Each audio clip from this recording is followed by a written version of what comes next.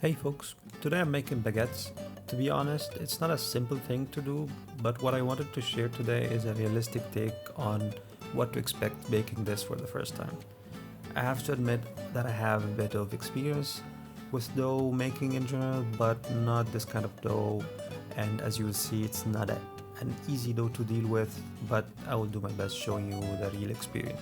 We start off by making a starter. It's also called Polish. Basically, it's a pre-ferment.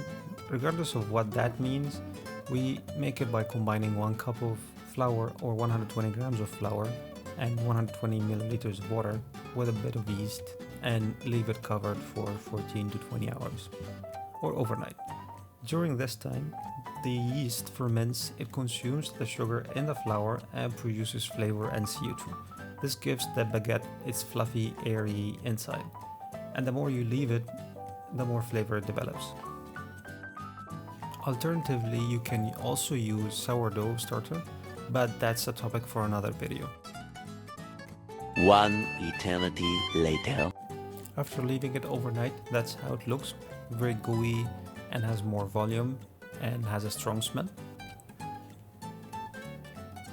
Now we can start making the baguettes. First, we combine 4 cups or 480 grams of flour with 2 teaspoons or 12 grams of salt, 1 teaspoon or 3 grams of yeast, all of our starter, and don't be scared to use your hands, you'll use them quite a lot.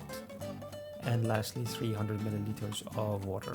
Now we mix all of this and use the backside of a spatula not to break it. And what makes this dough quite hard is that it's 76% hydration. Apart from all the mathematics required to understand what that means, it will be quite sticky and hard to handle. So now we cover it and leave it to rise for at least 45 minutes. Now comes the hard part. Since the dough is quite sticky at this point, it's very important not to add any flour. So just wet your hands and this will help with handling the dough. Then give it a few flips and folds, and this will help with gluten formation, which will strengthen the dough and make it easier to roll out later. Then put it back in the bowl, cover it, and leave it to rest again for 45 minutes to 1 hour. We will repeat this 4 times in total.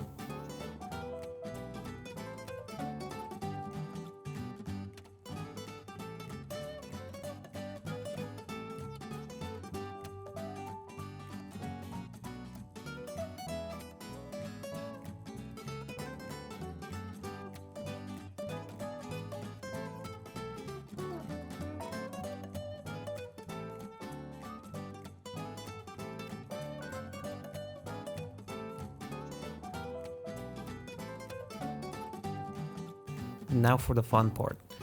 To shape our dough, we need to well flour our working area, then take out the dough, put some flour on top as well, then cut it into 3, making 3 baguettes. The second time I did this recipe, I cut it into 2, which also worked, to just make the baguette slightly bigger. You can also measure them instead of eyeballing them. Each one should come out to be around 300 grams. Now we can pre-shape the baguettes. Basically just making a rectangle and then folding it inside of itself. That's the best description I can come up with right now.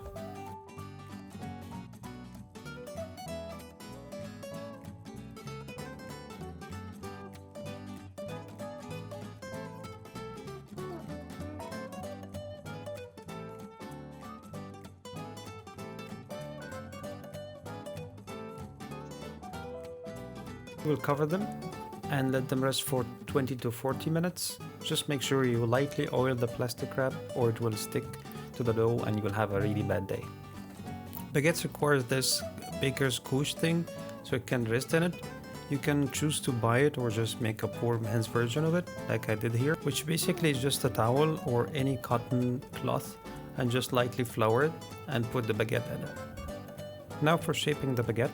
Again, try to make it into a rectangle as much as you can, and from the long side, roll it inside of itself and try to shape it into a log. At this point, the dough is super fluffy and elastic, so it should be very easy to shape. And then tuck in the edges, and with the base of your thumb, or whatever that's called, you will press down to close the baguette, like so. After that, we just flip it and try to make it into a log as much as we can, and then transfer it to the couche. Then we cover it and just leave it to rest for 10 minutes. If you have a pizza peel, you can use that to transfer to the baking tray. But if you don't have one and want an easy solution, then just simply use a piece of cardboard covered in foil paper and it will work just the same. Now with a sharp knife, it has to be sharp, or you can use a blade or anything that is sharp. We're going to score the baguette so it can evenly cook and give it this unique baguette look that we all know. For the final step, we'll put a bowl of boiling water in the oven. This is what makes the baguette super crunchy and crusty from the outside.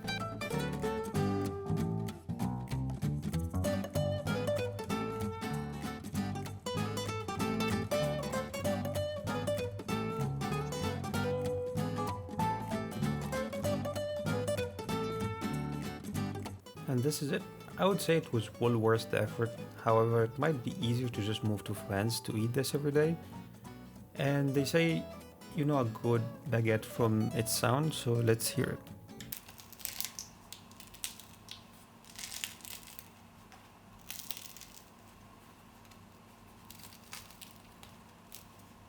Of course, it wasn't perfect or anything, but it tasted really good. Do let me know if you tried it in the comments, and please like and subscribe. Until next week.